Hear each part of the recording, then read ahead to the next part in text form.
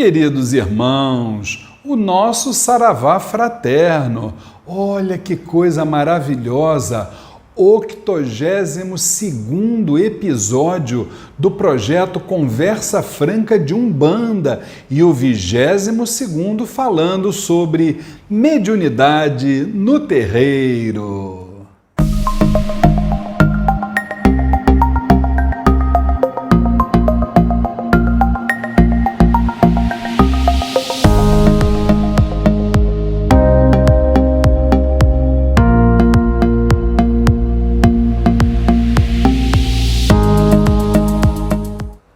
E hoje teremos um tema interessantíssimo para todos nós conhecermos e refletirmos: a hierarquia na casa de Axé.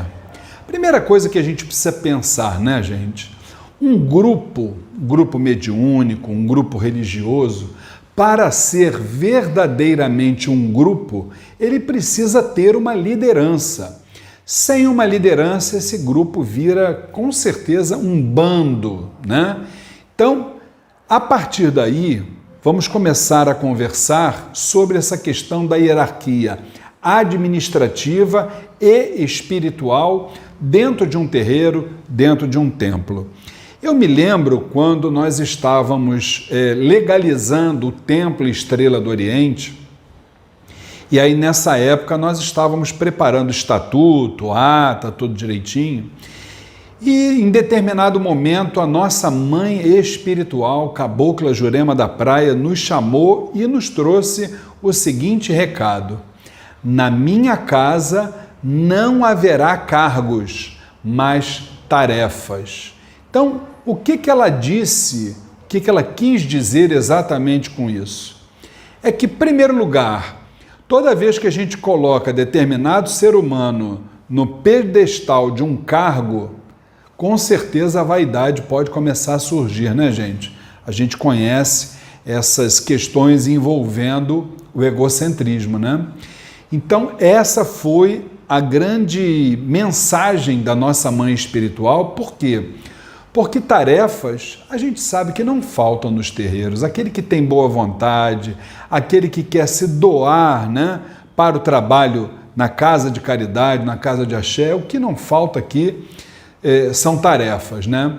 E aí eu vou abordar primeiramente com vocês a questão do ato jurídico, da legalização de uma casa religiosa, quando nós precisaremos ter dentro do estatuto, dentro da ata, né, aí sim, né, os cargos de presidente da casa, que não necessariamente precisa ser o dirigente espiritual, pode ser uma pessoa da sua confiança, um secretário-geral que atua como vice-presidente, um tesoureiro, né, e um conselho fiscal normalmente formado por 3 pessoas. O presidente do Conselho Fiscal e mais 2.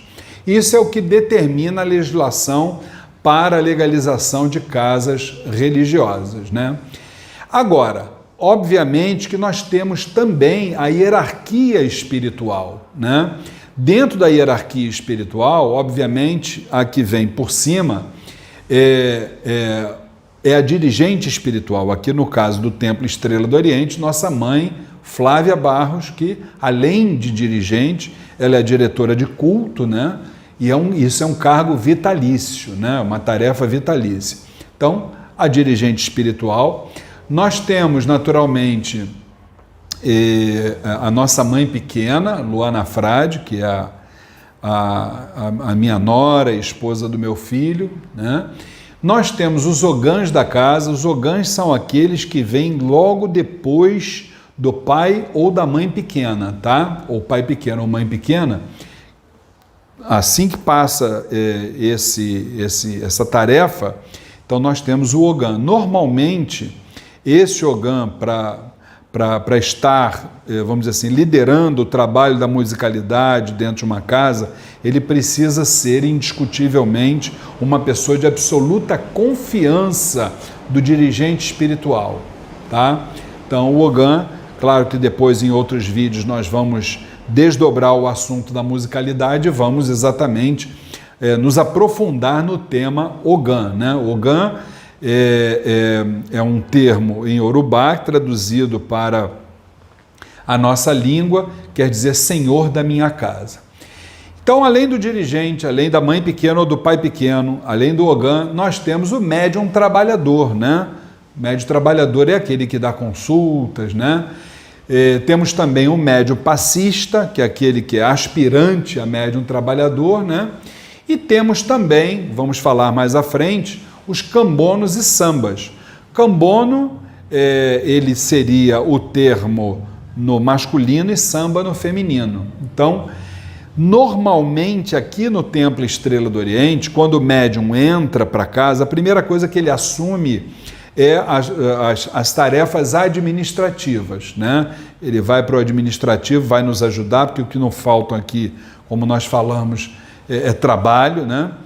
E aí, em determinado momento, a partir do instante que ele vai se desenvolvendo mediunicamente, que a gente vai observando, né, os seus procedimentos dentro do terreiro, naturalmente a sua postura em relação aos irmãos da sua casa, a nossa mãe espiritual, Cabocla Jurema, ela vai promovendo esses irmãos, primeiro a cambonos ou sambas, depois médium passista, depois médium trabalhador, e assim vai, entendeu? Então, é mais ou menos desta forma que se dá a hierarquia espiritual. Então, meus irmãos, vejam como é importante a hierarquia também no templo religioso, até porque a espiritualidade nos diz que caridade sem disciplina é perda de tempo.